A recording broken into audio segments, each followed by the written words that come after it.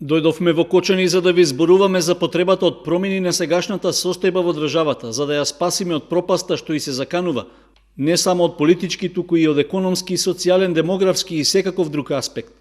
Ова беше речено на трибината што ја одржа коалицијата ВМРО за Македонија, на која присуствуваа лидерите на ВМРО Народна партија Лјупчо Ѓоргиевски, на Обединети за Македонија Љубе Бошковски и носителот на листата во изборната единица 3 и претседател на Достоинство Стојанче Ангелов.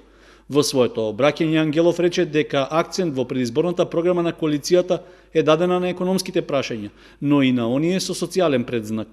Од социјалната сфера имаме еден многу интересен предлог за кој што жестоко ќе се бориме, веруваме дека ќе го протуркаме во собрание, бесплатно лекување во странство за сите оние на кои што тоа им е неопходно, бидејќи не сакаме повеќе да видиме ниту еден оглас во кој што некое болно дете или било каков болен човек, без разлика на возраст или на полот, бара донации за да се лекува во странство. Председателот на Обединети за Македонија рече дека во последните неколку години државата назадува, затоа што во неа владее режим, споредувајќи го со истиот во поранешната заедничка држава и периодот кога се стекнувала независноста. Тогаш Македонија требаше да извлечеме од Југославија, од еден тоталитарен режим, а денес од еден друг режим, кој исто така не е по ништо различен од комунистичкиот.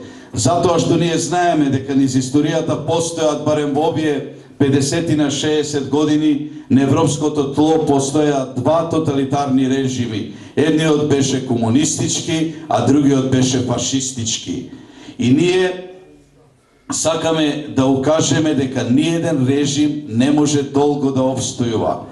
Но најстрашно за нас, за ВМРО-вците, е што тоа за жал денес го има предзнакот на големото историското ВМРО, на ВМРО ДПМН. Лидерот на ВМРО Народна партија нагласи дека во програмата се предвидени повеќе мерки за враќање на економската сигурност на граѓаните, а една од најважните е задржување на младите во населените места, зашто посебно внимание им се обрнува на селата, кои според него треба да добијат статус на општини, со што државата ќе се децентрализира. Тотална децентрализација. Прво, ќе децентрализираме селата од градовите мали, а второ, цела Македонија ќе децентрализираме од Скопје. Срамота е денеска цела Македонија работи само Скопје да се гради. Тоа е недозволиво. И ние во нашите 4 години ќе ставиме забрана 1 евро од буџетот на Македонија да не се потроши за Скопје. Тие се доволно голем град, можат сами да растат, сами да се развиваат. Јас ви уверувам дека тоа е клучот да го вратиме животот во нашите села.